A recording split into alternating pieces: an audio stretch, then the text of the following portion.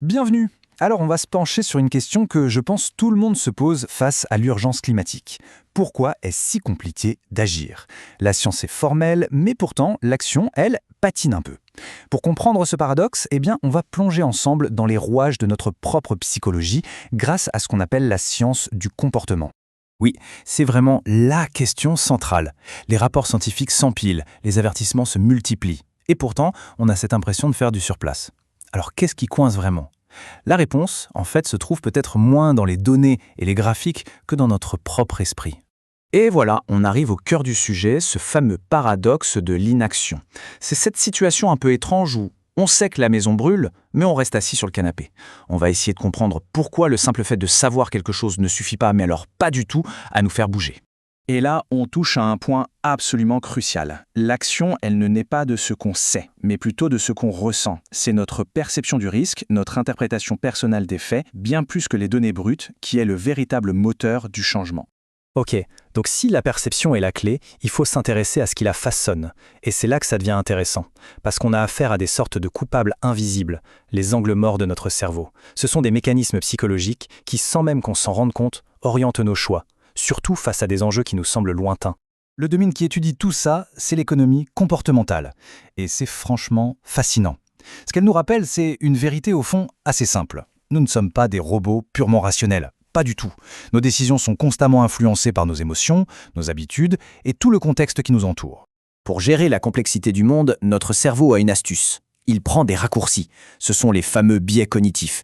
Et attention, ce ne sont pas des défauts, Au contraire, ce sont des stratégies mentales super efficaces au quotidien. Le problème, c'est que face à une menace aussi diffuse et lointaine que le climat, ces mêmes raccourcis ont tendance à nous égarer. Bon, concrètement, ça donne quoi?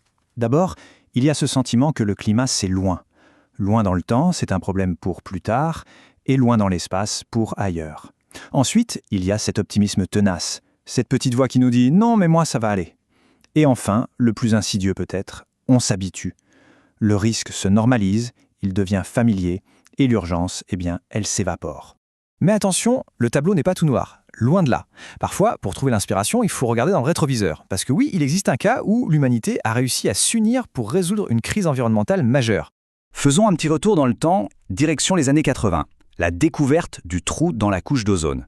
Ça a été un électrochoc planétaire. On a appris que des produits chimiques très courants, les CFC, étaient en train de détruire notre bouclier protecteur contre les rayons du soleil. Là, la menace était directe, concrète et franchement effrayante. Et pourtant, on a réussi. Le protocole de Montréal de 1987 est un triomphe, un véritable cas d'école. La recette de ce succès, elle tient en 3 points, simples mais hyper puissants. D'abord, un consensus scientifique en béton. Ensuite, des incitations économiques intelligentes pour accompagner la transition. Et enfin, un suivi rigoureux pour s'assurer que tout le monde respecte ses engagements. Bien sûr, il faut rester lucide. Le défi climatique d'aujourd'hui est différent. Pour l'ozone, le coupable était simple à identifier, les CFC. Une poignée d'industries était concernée et la menace était facile à visualiser. Le climat, c'est une autre paire de manches. Les causes sont multiples, diffusées et c'est toute notre économie qui est impliquée. Mais ça n'enlève rien à la puissance de cet exemple. Il prouve une chose fondamentale. Quand la science, l'économie et la politique s'alignent, une action mondiale coordonnée est non seulement possible, mais elle peut réussir de manière spectaculaire. Alors, comment répliquer cet exploit aujourd'hui? C'est là que les outils de la psychologie comportementale deviennent une véritable boîte à outils pour la transition. On ne parle plus seulement de grandes lois, mais aussi de petites incitations intelligentes. L'outil phare de cette approche, c'est ce qu'on appelle le nudge ou coup de pouce en français. L'idée est simple, il s'agit de guider les choix en douceur sans jamais contraindre pour rendre les comportements plus vertueux, plus faciles, plus naturels à adopter.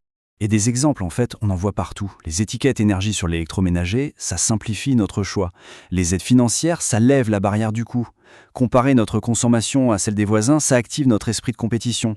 Proposer l'option train par défaut sur une application de voyage. Tout ça, ce sont des incitations qui, sans jamais forcer la main, orientent nos comportements à grande échelle. On arrive maintenant au cœur du sujet. Le grand défi, c'est de trouver le parfait équilibre entre le fait de guider les comportements pour le bien commun et celui de préserver la liberté de chacun. C'est un art vraiment délicat. La solution, en fin de compte, c'est de concevoir des systèmes qui travaillent avec notre psychologie humaine et non pas contre elle. L'objectif, c'est de faire du choix durable non seulement le bon choix, mais aussi, et surtout, le choix le plus simple, le plus évident. Le point crucial, il est donc là. Tout l'enjeu est de trouver cette ligne de crête, une incitation qui soit assez forte pour provoquer le changement, mais en même temps assez subtile pour que le choix reste personnel et volontaire. C'est ça la clé d'une transition qui soit juste et acceptée. Ce qui nous laisse avec cette question fondamentale, car au fond, c'est sans doute le projet politique et social de notre siècle. Comment architecturer nos sociétés pour qu'elles favorisent le durable, l'écologique et le collectif, tout en célébrant l'autonomie et la liberté? La réponse n'est pas simple bien sûr, mais elle est passionnante à construire ensemble.